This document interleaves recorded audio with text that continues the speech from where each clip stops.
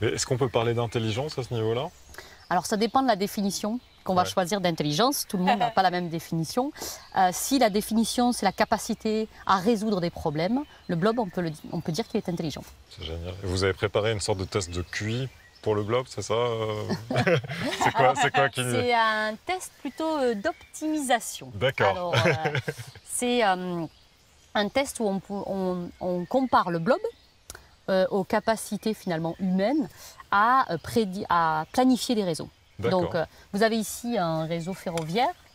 C'est les grandes voies ferrées en France qui relient toutes les grandes villes de France. Et donc ça, c'est le réseau actuel.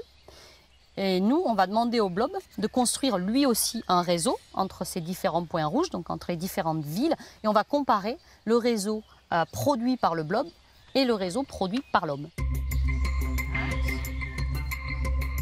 Pour que le blob ne s'égare pas en mer, nous commençons par ôter le gel qui entoure la France.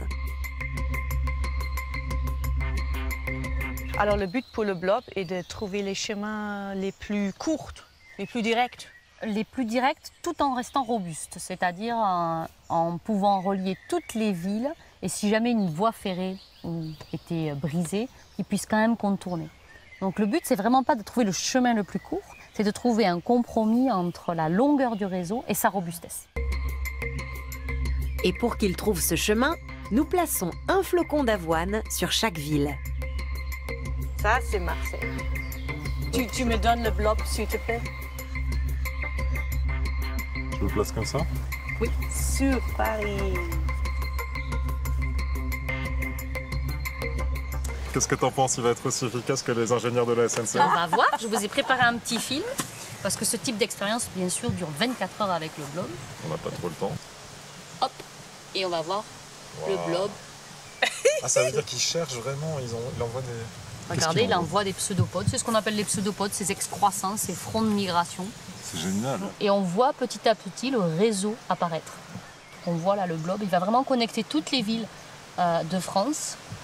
Et petit à petit, on va avoir un réseau complètement connecté. Mais on voit qu'il a évité de faire certaines voies.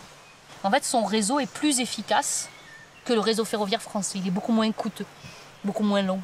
Donc en fait, il fait vraiment un réseau au départ complet et après, il enlève les routes qui servent à rien.